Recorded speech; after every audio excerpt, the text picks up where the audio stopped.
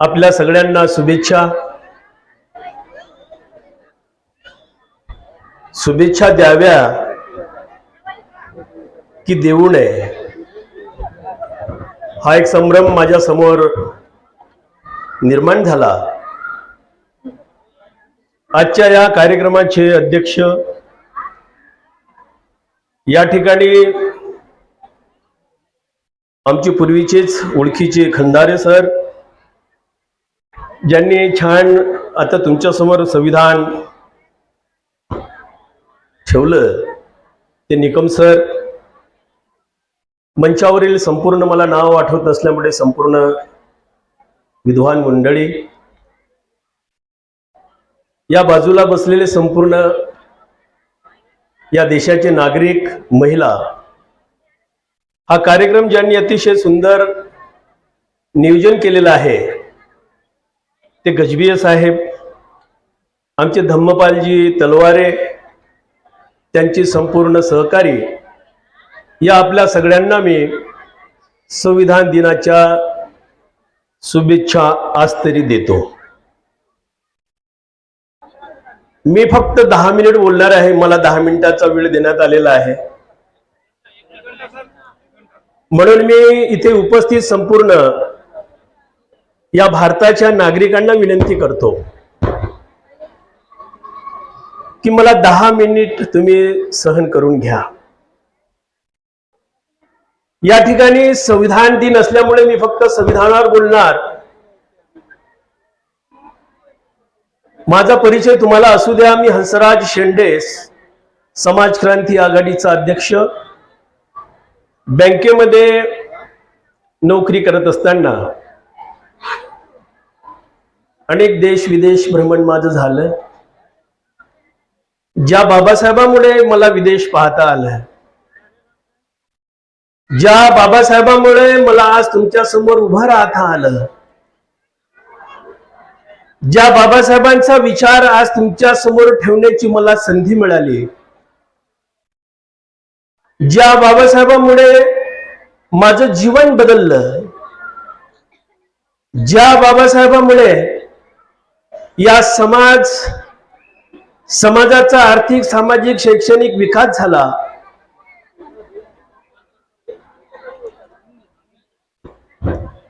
आणि आज 75 वर्ष संपल्यानंतर हे संविधान आज जिवंत आहे असं म्हणतात, पण निकम सर, माझ्या अभ्यासानुसार आज संविधानाची परिस्थिती, जर तुम्ही खऱ्या अर्थाने बाबासाहेबांच्या विचाराचे पाईक असताल, बाबासाहेबांच्या विचाराचे अनुयायी असाल, तर आज फार गंभीर परिस्थिती निर्माण झालेली आहे।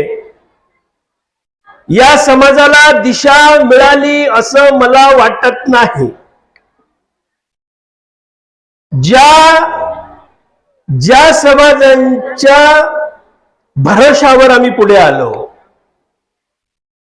ज्या समाजाला आम्ही दिशा द्यायला पाहिजे होती, ते दिशा आम्ही समाजाला देण्यास सक्षम ठरलो नाही, आणि म्हणून आज असं दिसतं की कॉन्स्टिट्यूशन मध्ये आतापर्यंत 123 कॉन्स्टिट्यूशन अमेंडमेंट झाल्या। जर या संविधानामध्ये 123 जर बदल झाले असतील, 395 मध्ये जर एवढे बदल झाले असतील, तर ते किती पोखरल्या गेलेलं आहे याची कल्पना तुम्हाला आलेली बरी। म्हणून संविधानाच्या मुद्द्याकडे येताना मी काही गोष्टी तुमच्यासमोर यासाठी ठेवणार आहे।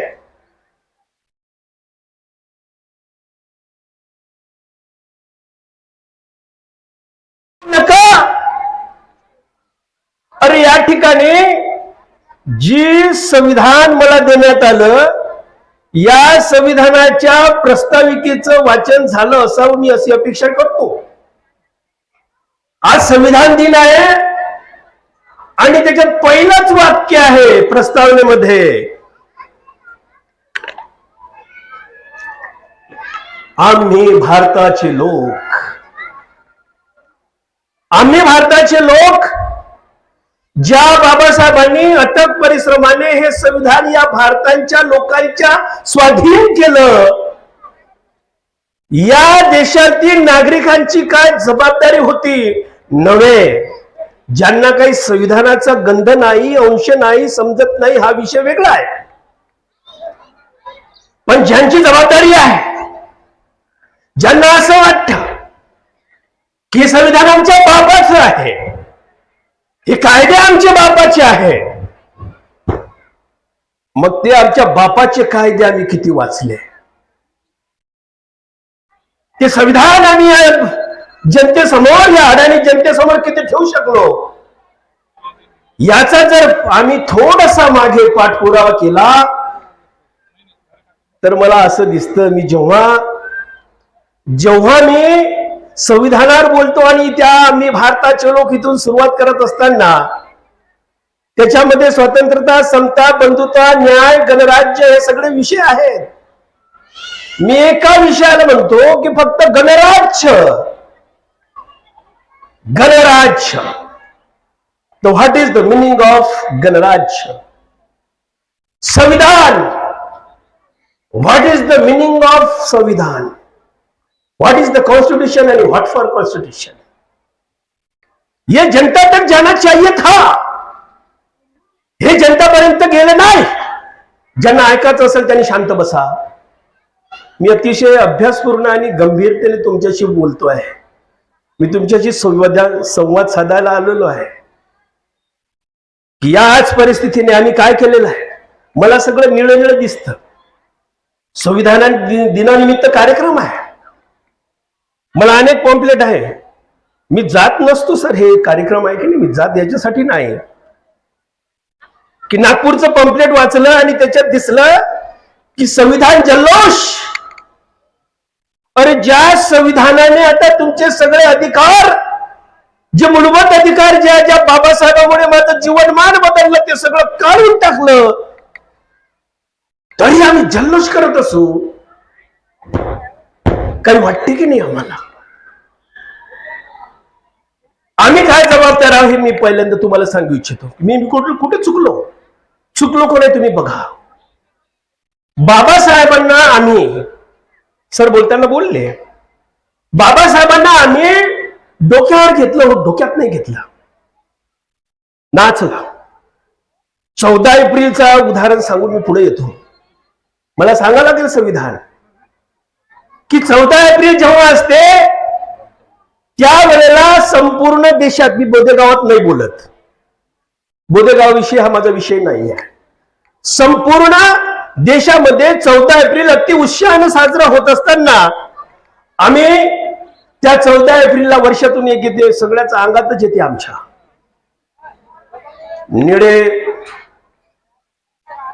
निळा ड्रेस, निळे शाप्या, 14 एप्रिल निघाली आणि मिरवणूक त्या दिवशी आम्ही काढतो. मिरवणूक काढल्यानंतर आम्ही जेव्हा चौकात येतो, कारंजाचा म्हणून कारंजाच्या चौक, कारंजाच्या चौकात आल्यानंतर आम्ही चौकात, आता पहिले जे काय होते लेझिम होते, आता डीजे आलेच आहे. आणि डीजे एवढे हायफाय आहे की तिथं जर माणूस असला ना बस स्टँडवर तर इथून छाती धडकते. हार्ट अटॅक वाला असेल त्याला अटॅक येते का नाही शंकाच, भयानक आहे. आणि जेव्हा 14 एप्रिलचा डीजे निघतो, त्या 14 एप्रिलच्या डीजेवर आमच्या अंगणात आली, आमच्या पोटातही आली. वास्तविक आहे.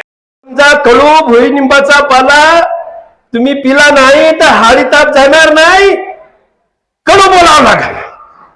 मी कडू, मला माफ करा गजबेस आहे, मी कडू बोलीन.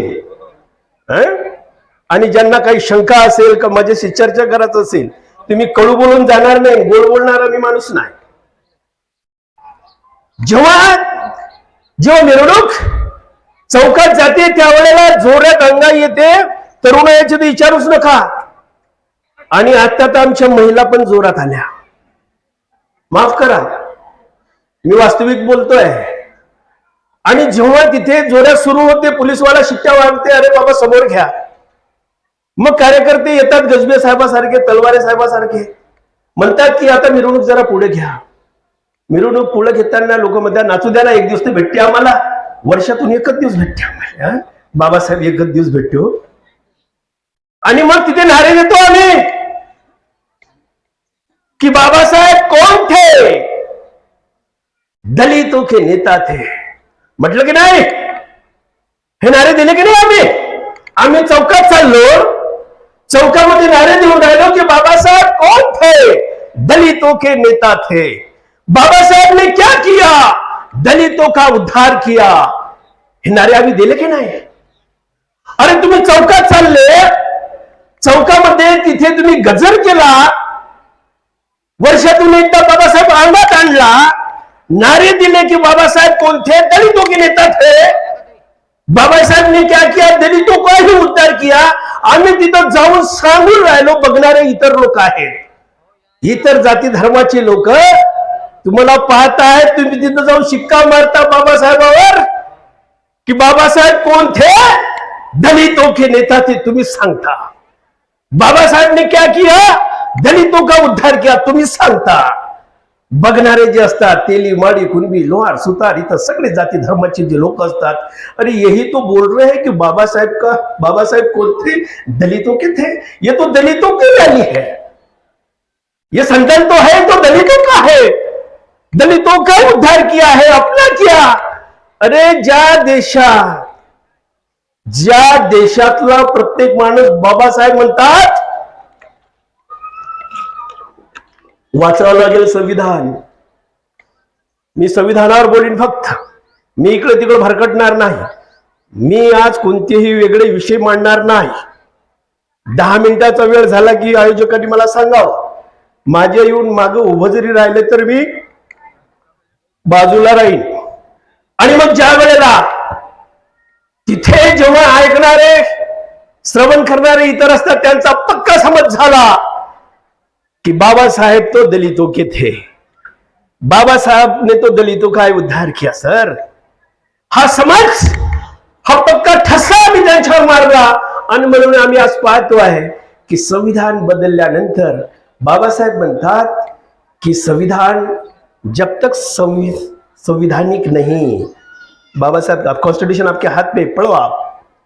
बाबा साहेब म्हणतात की संविधान जब तक संवैधानिक नहीं, जब तक मेजॉरिटी 1/3 SC ST की नहीं. त्या संविधानामध्ये 1/3 मेजॉरिटी 544 पैकी 183 लोक SC ST ची असताना दादा तुमचं रिझर्वेशन गेलं ना. काल ज्या आमच्या देशात बाबासाहेब म्हणतात की इस देश के मालिक कोण आहे, आम्ही भारताचे लोक. काल सुप्रीम कोर्टाने काय बोलले होते, कार्यपालिका विधिपालिका म्हणतात आम्ही सुप्रीम, न्यायप्रणाली म्हणते आम्ही बिलिंग सुप्रीम. परंतु बाबासाहेब म्हणतात who is supreme, the constitution is the supreme in India. कोण आहे या देशात सर्वश्रेष्ठ, कोण आहे, संविधान आहे. म्हणून न्यायाधीश सुद्धा बोलले की या देशामध्ये जर सर्वात श्रेष्ठ कोण असेल तर काय, संविधान आहे. मग या देशाचा पंतप्रधान जरी आला तरी त्याच्यावरही कारवाई कोण करते, संविधान करते. चुकीचा निर्णय जर सुप्रीम कोर्टात सरन्यायाधीशने जर दिला तरी त्याच्यावर कारवाई कोण करते. अरे या देशाचा राष्ट्रपती जरी असेल, त्यांनी जर चुकीचं काम केलं तर त्याच्यावर कारवाई कोण करते, संविधान. ये संविधान है और वो संविधान बताने को मैं आपके पास आया. म्हणून गड्या संविधान जर आम्ही जनतेपर्यंत पोहोचवलं असतं तर कदाचित आजची गंभीर परिस्थिती निर्माण झाली नसती. एक उदाहरण सांगतो, पुन्हा विषयाला येतो की संविधानावर ठस्सा आम्ही स्वतः मारला, बाबासाहेबांना आमच्या पुरतं मर्यादित केलं. संविधानाचा एक अनुच्छेद सांगतो, वेळ अभावी जर बाबासाहेबांचं संविधान म्हणजे नुसतं संविधान हे म्हणू नका की बाबासाहेब घटनाकार थे, शिल्पकार थे. 2 वर्ष 18 महिने 11 दिवस 18 तास अभ्यास केला, किती वेळ सांगणार. आमच्या बापाचा कायदा आहे, किती वेळ सांगणार. अरे ये बताओ कि उस अनुच्छेद में क्या है, मेरे जीने की जिंदगी क्या है, मैं कैसा हूं, ये उसमें मैं कैसा जीऊंगा, ये बाबासाहेब ने कौन सा प्रावधान किया है?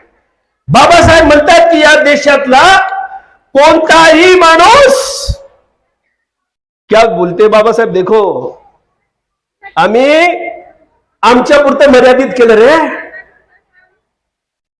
आमच्या पुरतं. बाबासाहेब बोलते की या देशातील कोणताही माणूस अन्न वस्त्र निवारा यापासून वंचित राहता कामा नये, नव्हे तो मरता कामा नये, आणि जो तो मेला ही जबाबदारी सरकारची होय, हे बाबासाहेब म्हणतात. बाबासाहेब. आणि म्हणून तुम्ही पाहत असाल की तुमच्या ज्या अन्न जे आहे ना, और राशन कार्डची कन्सेप्ट, स्वस्त धान्याचं दुकान गरीबापर्यंत अन्न पोचावं, हे कोणाची जबाबदारी आहे? फक्त तुम्हाला आहे काय? फक्त स्वस्त धान्याचं अनाज तुम्हाला भेटते काय? नाही. अन्न, वस्त्र, त्याच वस्त्र तुम्हाला त्याच्यातून कडचोलचे धोतर, लुगडे, ब्लँकेट भेटत होते की नाही? भेटत होते. निवारा, हे जे घरकुल आहेत, हे घरकुल फक्त भोटर नाही काय? नाही ना, हे कोणाला आहे? या देशातल्या तमाम लोकांना आहे. अन्न वस्त्र निवाऱ्याची जबाबदारी कोणी स्वीकारली? या संविधानकाराने स्वीकारली. आम्ही सांगायला पाहिजे होती, हे सांगायला पाहिजे होते. एक अनुच्छेद सांगतो, अनुच्छेद तुम्हाला सांगता येईल मी 17. ज्यांना ऐकायचं आहे ते बसा, ज्यांना ऐकायचं नाही आहे संविधान बाबासाहेबांचं त्यांना बाहेर जा. बिलकुल तुमच्या बाजूचे आजू बसला आहे त्याला तुम्ही डिस्टर्ब नका करू, त्याला ऐकू द्या. ज्याला ऐकायचं आहे बाबासाहेबांचं संविधान, 75 वर्ष झाले हो, 75 वर्ष झाले, पण आम्हाला संविधान नाही समजून सांगू शकले.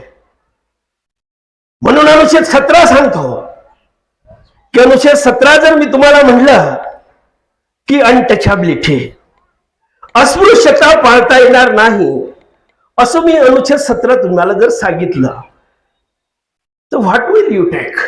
तुम्ही काय घेसाल याच्यातून? अरे यार वो बोला है कि अस्पृश्यता पाळता येणार नाही, पाळला तो जो गुन्हा है, सजा होते वगैरे. मगर बात वो नहीं है, बात वो नहीं है. अस्पृश्य फक्त तुम्ही नाही आहात. म्हणून एक उदाहरण अतिशय सुंदर देतो मी की या देशातल्या तमाम लोकांना कळलं